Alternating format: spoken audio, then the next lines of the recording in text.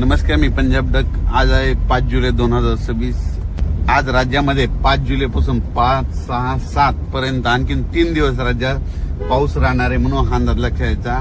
8 तारखेच्या नंतर राज्यातला पावसाचा जोर ओसरणार आहे, म्हणून ज्यांचे पेरणी राहिली असेल तर तुम्ही काय करायचं, 8 तारखेच्या नंतर तुम्ही तुमची पेरणी करू शकतात. कारण की आणखीन 3 दिवस 5 जुलै, 6 जुलै आणि 7 जुलै आणखीन 3 दिवस राज्यात पावसाचा जोर राहणार आहे, म्हणून ही अंदाज लक्षात घ्यायचा. मुंबई, पुणे, नाशिककडे जास्त पाऊस राहील. त्याच्यानंतर विदर्भामध्ये पूर्व विदर्भ आणि पूर्व विदर्भाकडे आज 5-6 जिल्ह्यामध्ये खूप जोराचा पाऊस पडेल, म्हणून हे लक्षात घ्यायचं. मराठवाड्यात देखील असाच रिमझिम स्वरूपाचा पाऊस पडणार आहे, म्हणून हा देखील अंदाज सर्व शेतकऱ्यांनी लक्षात घ्यायचा. तसेच नाशिककडं, मुंबईकडं मात्र ह्या 3 दिवस मात्र खूप पाऊस पडणार आहे. नाशिककडे देखील मुसळधार पाऊस पडणार आहे, काही ठिकाणी अति मुसळधार पडणार आहे. मुंबईला मात्र रेनफॉल म्हणजे खूप हेवी टू हेवी म्हणजे खूप पाऊस पडणार आहे. जवळपास या 3 दिवसामध्ये म्हणजे 5 जुलै, 6, 7, 8 तारखेपर्यंत मुंबईकडे 8 जुलैपर्यंत पाऊस राहणार आहे. 9 तारखेच्या नंतर मुंबईचा देखील पावसाचा जोर ओसरणार आहे, म्हणून मुंबईच्या जनतेने देखील काळजी घेण्याची गरज आहे. कारण की 3 दिवस खूप अतिवृष्टी होणार आहे, म्हणून हे देखील मुंबईकरांना अंदाज लक्षात घ्यायचा. कोल्हापूर, सांगली, सातारा, पंढरपूर, इकडे धाराशिव जिल्हा, लातूर जिल्हा, बीड जिल्हा या भागामध्ये असाच स्वरूपाचा रिमझिम कुठं पेंडवालता पाऊस असा चालू राहणार आहे. आणि ईदभर ओल गेल्याच्या नंतर त्यांनी देखील 8 तारखेच्या नंतर पाऊस उघडल्याच्या नंतर तुम्ही तुमचा पेरणीचा निर्णय घेऊ शकता. विदर्भात देखील मात्र पूर्व आणि पश्चिम विदर्भात आज देखील म्हणजे आज 5 जुलै, 6, 7 तारखेपर्यंत आणखी 3 दिवस 7 तारखेपर्यंत विदर्भात देखील पावसाचा जोर असाच राहणार आहे. काही ठिकाणी अमरावती जिल्हा, अकोला, बुलढाणा जिल्हा पाऊस जास्त असल्यामुळे त्यांच्या वापसा न झाल्यामुळे त्यांच्या पेरण्या राहिल्या. त्या शेतकऱ्याचे फोन येत होते, हे पाऊस कधी थांबत. तर त्या शेतकऱ्याला, विदर्भातल्या शेतकऱ्याला सांगू इच्छितो की 7 तारखेपासून तुमच्या विदर्भाचा पावसाचा जोर ओसरणार आहे, नंतर तुम्ही तुमच्या पेरण्या करू शकता.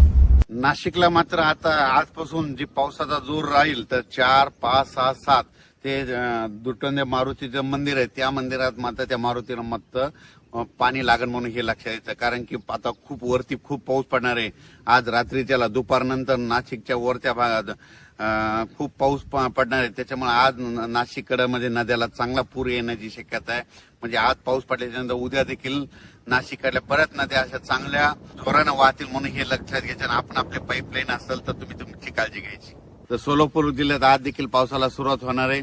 म्हणजे इकडे जसा उत्तर महाराष्ट्राकडे पाऊस पडणार तितका जोरात तिकडे पडणार नाही, पण तिकडे ना पिकाला लागल तसा म्हणजे पडणार आहे, पेंडवा म्हणजे वावणी पडणार आहे आणि तिकडे देखील पेरण्या होणार आहे. म्हणून सोलापूर जिल्ह्यात आज चांगला पाऊस सुरू होणार आहे. सांगली जिल्ह्यात देखील आज सुरू होणार आहे, सुरू झाला देखील असेल. आटपाडी, पंढरपूर सगळीकडे आज पाऊस सुरू होईल. इकडं आज मात्र बीड जिल्ह्यामध्ये कडाष्टी जे जामखेडचा परिसर आहे त्या भागांमध्ये आज मात्र जोराचा पाऊस पडणार आहे, म्हणून त्यांनी देखील लक्षात घ्यायचं.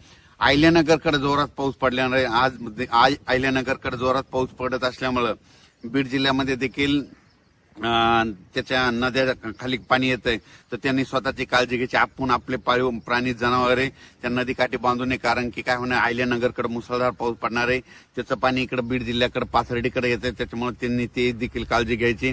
सांगायचं झालं तर नदीकाठच्या लोकांनी आपण आपली पाळीव प्राणी मात्र सुरक्षा स्थळी आणून ठेवावे. कारण की 4 दिवस आणखीन आज 4, 5, 6, 7, 8 तारखेपर्यंत राज्यात काही काही ठिकाणी खूपच जोराचा पाऊस पडणार आहे.